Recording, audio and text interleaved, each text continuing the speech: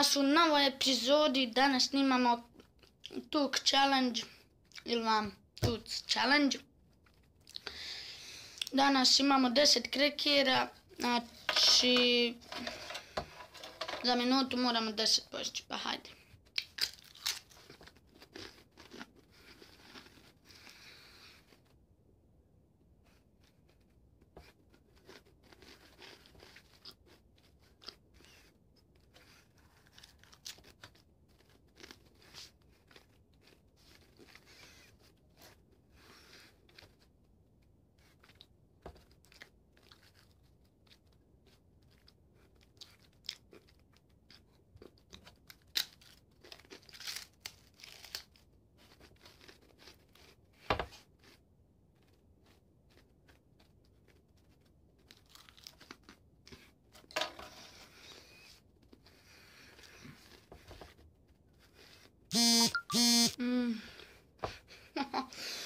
Turka mi došla.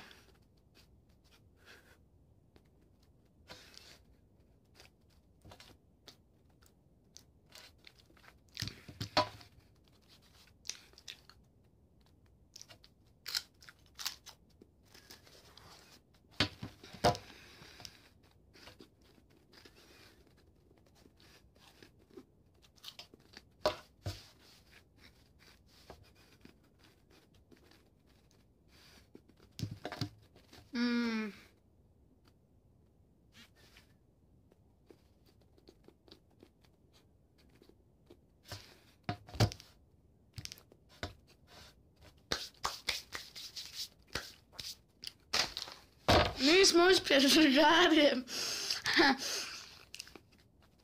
Da, minut, 2 sekunde i 80 stotinki. Nismo uspjeli, 800 stotinki, ne znam.